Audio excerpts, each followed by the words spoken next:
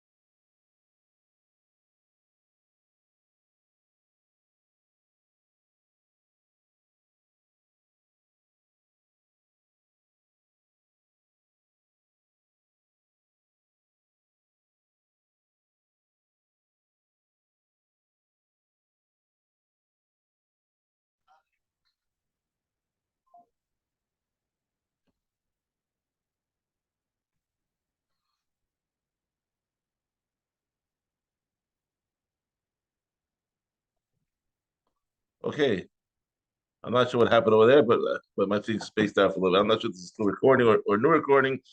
If it's a different recording, we'll post two recordings later. Um, anyways, so Rabbi Shimon ben Gamliel, Shimon ben Gamliel says that notice that the farmer gives to the poor according to the amount of leket that falls in an average field. An average field is not especially dry nor moist. Rather, it's oh my gosh, there you go. Rather, it's about 4 kav. It's about 1/45th of the field goes to leket. um, you can just take an average. You don't need to do any calculations. According to Shimon ben Gamliel. Mishnah Beis, Shiboles Shebekatzir, Rosh Magil Lakama, Indexer.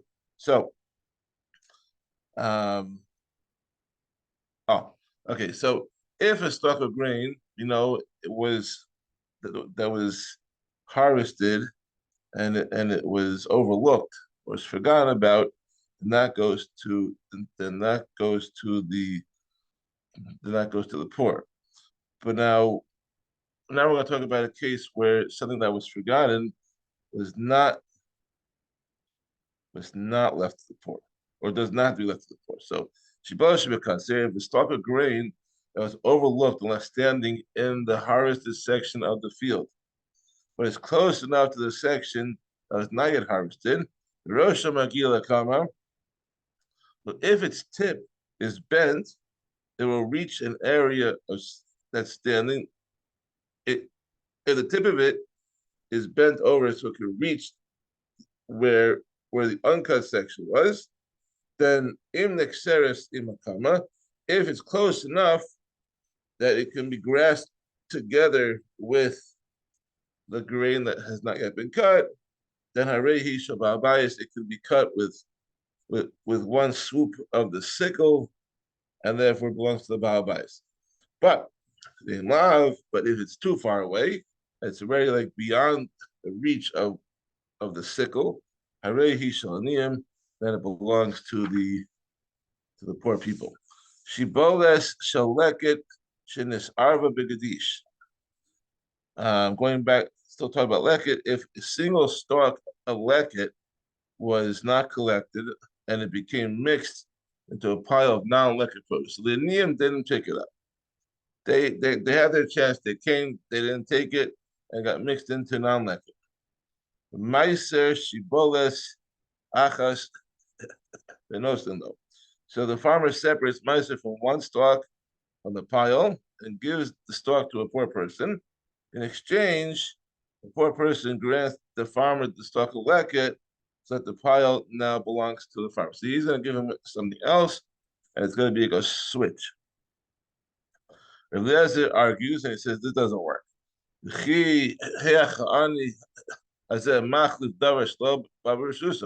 How can this poor person do an exchange with something that doesn't belong to him? Yes, this leket belongs to the aniyim, but it doesn't belong to a specific ani until it's in his possession. So how can he grant reshus of the leket that wasn't collected with the item that's in the possession of the owner? How does that even work? It doesn't work.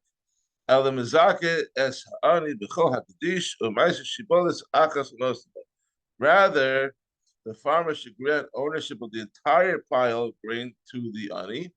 Now that the ani has taken possession of the entire pile, which has the leket underneath it, it's unidentified.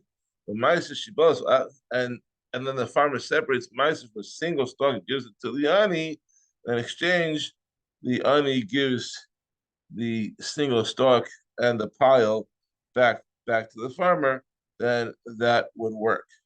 So he had a kinyan on the pile that contained the original leket. Mishnah Gimel. Ein megalgalim betofeach divi Rabbi Meir. One may not channel water to flood his field before the aniyim collect their leket, because the water might do damage. This is according to Rabbi Meir. But Chachamim matirim, and the Chachamim allowed it.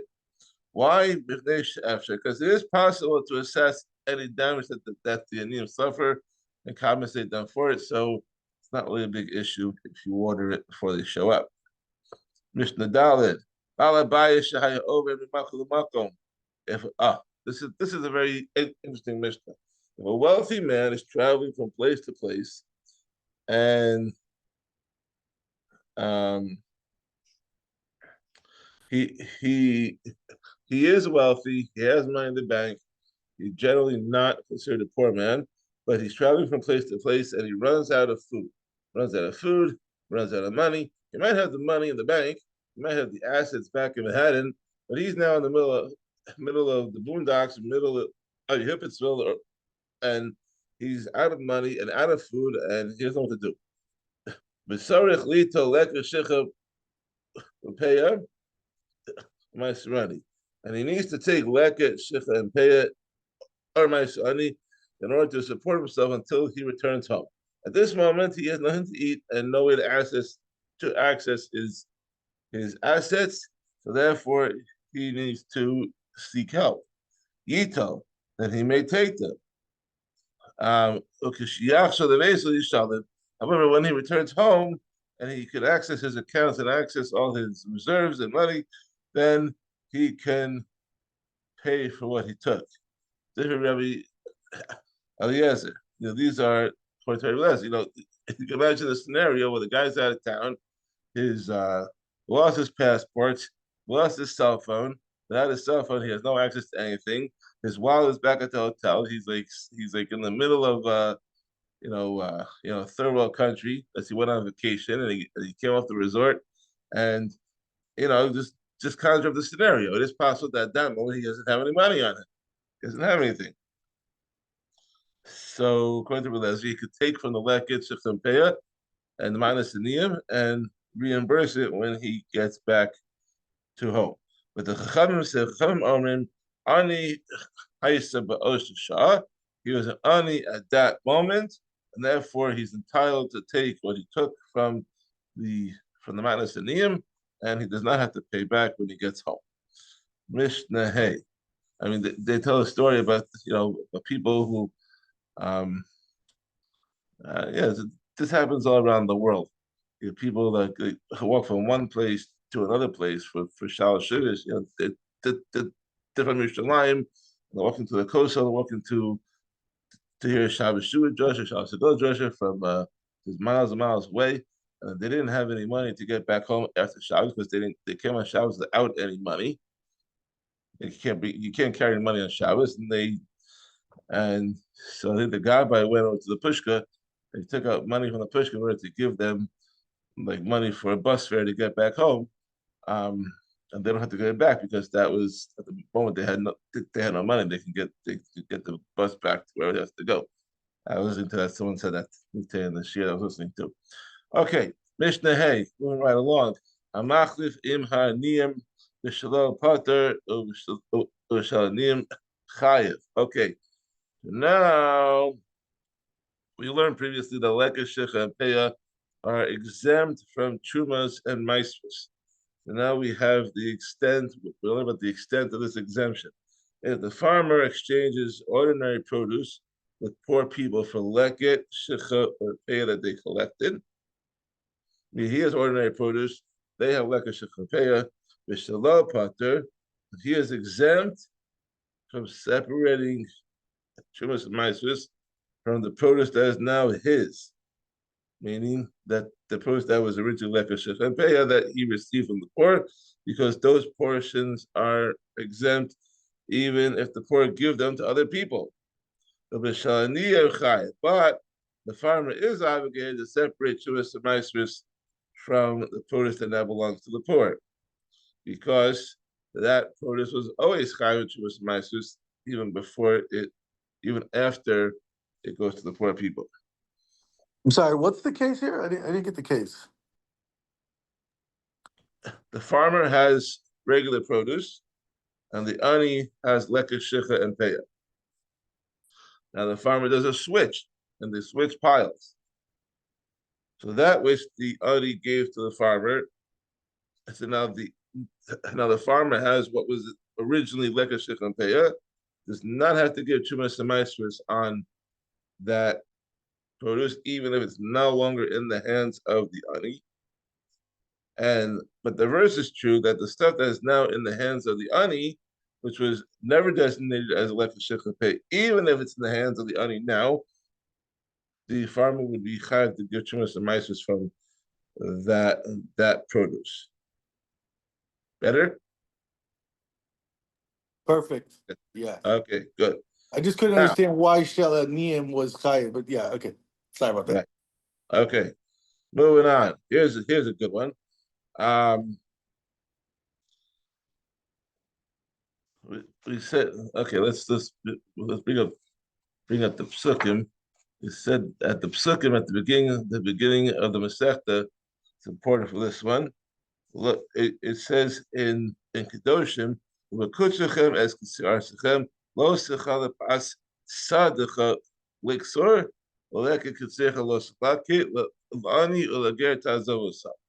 Right, that you shall not complete your reaping to the end of your field, and you should not gather the leket. Rather, they go to the poor and convert. You shall leave for them, loosely translated. So now you have two poor people rented a field as sharecroppers. So now they don't have possession of a field. Each sharecropper cannot keep the Leket and Shich'chah Peah from his own field. Rather, because that's positive, because you cannot take it from yourself. Well,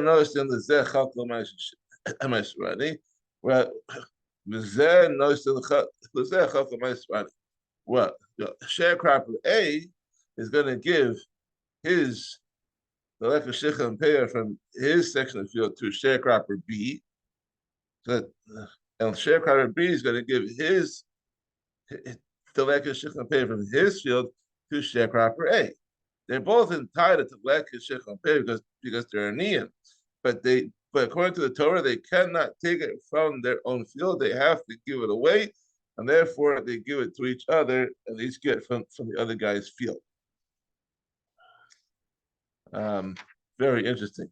Hamekabel Sadeh Liksor Asher Beleket Shich'chah Upeya Umayser Ani. So now, a similar case, if a poor person was hired to harvest the field and is paid with a share of the crop, he's forbidden to take the Leket and Shich'chah Peah Umayser Ani because he's considered to have some ownership in the field, because he was hired. Rabbi Yehuda says, when does this law apply? This man shekiba mimenu mechsa l'shlish l'revia. It applies when he was hired by an owner for a share of the crop. Since he was promised a half, a third, or a quarter of the standing produce, and therefore he's considered to be an owner of the crop at the time when it becomes obligated in Leket and Shich'chah and Peah, the time of the harvest, and may not take any of those portions for himself. Again, he could take them from someone else's field. But if the owner said to him, Shlish shalach, after you harvest the field, a third of what you harvest shall be yours. Then he is permitted to take from the Leket and Shich'chah Peah of the field, because at the time of the harvest, he has no ownership in the field or the crop. He's getting commission. He doesn't have any ownership. He's just getting commission on what he worked. However, even though he can keep the Leket and Shich'chah Peah, he's still aser.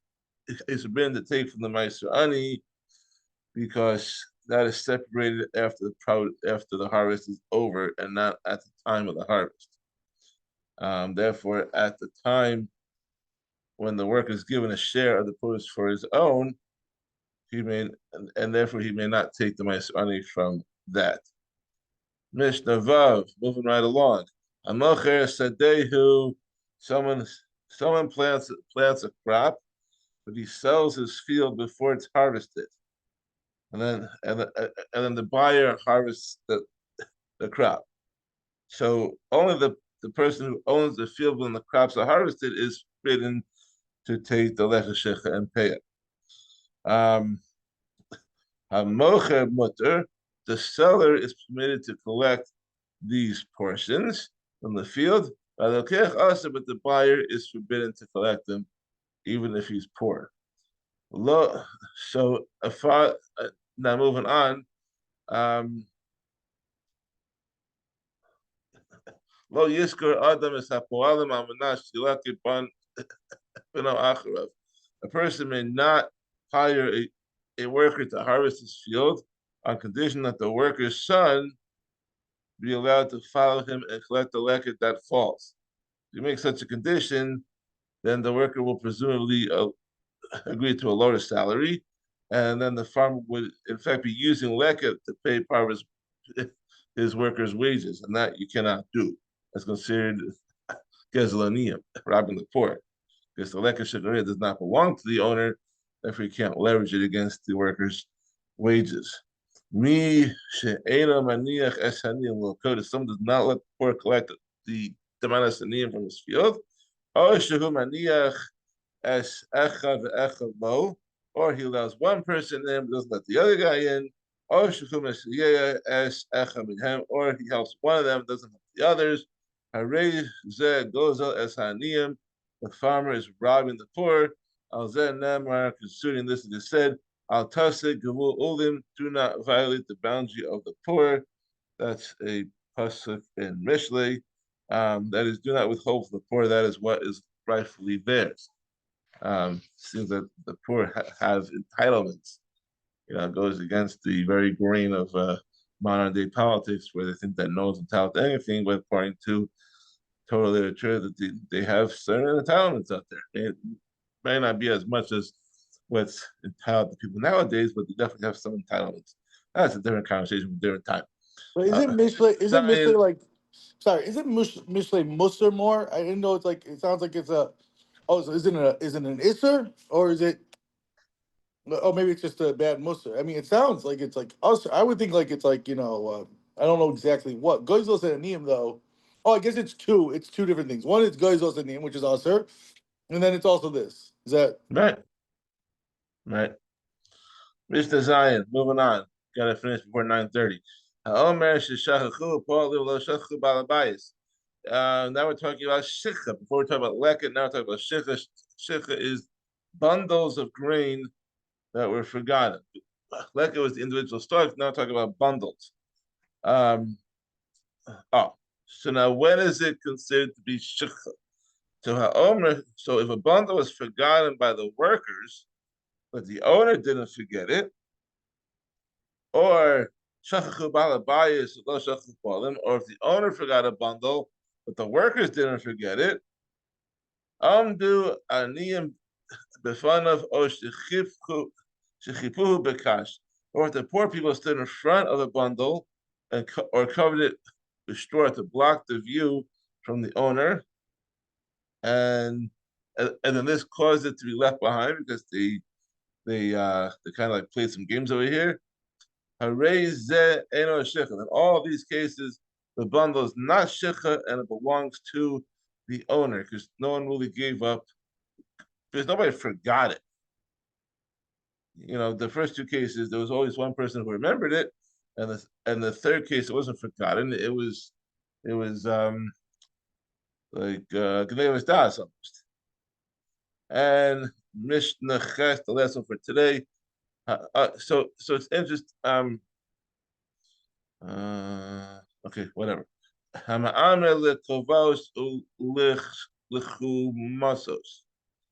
sure I said that word correctly. If someone is collecting bundles of produce in hat-shaped heaps, meaning that they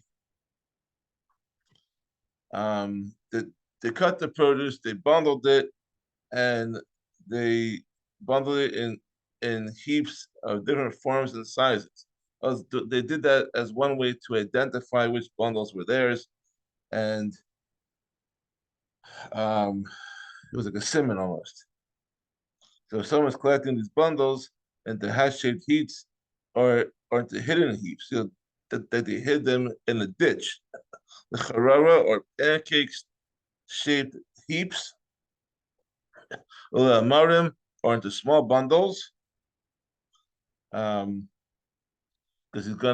it's easier to collect them in smaller bundles, and the later is going to combine them into larger bundles and then transfer them to the threshing floor. Elo shicha, then he is not subject to shicha in all the situations because these are not yet been gathered in for the final time. They're still processing, and therefore shicha is only if they're forgotten when he's bringing them in for the final time. If they're still working and they're doing the work, you walk away from the bundle, then that's not considered shicha.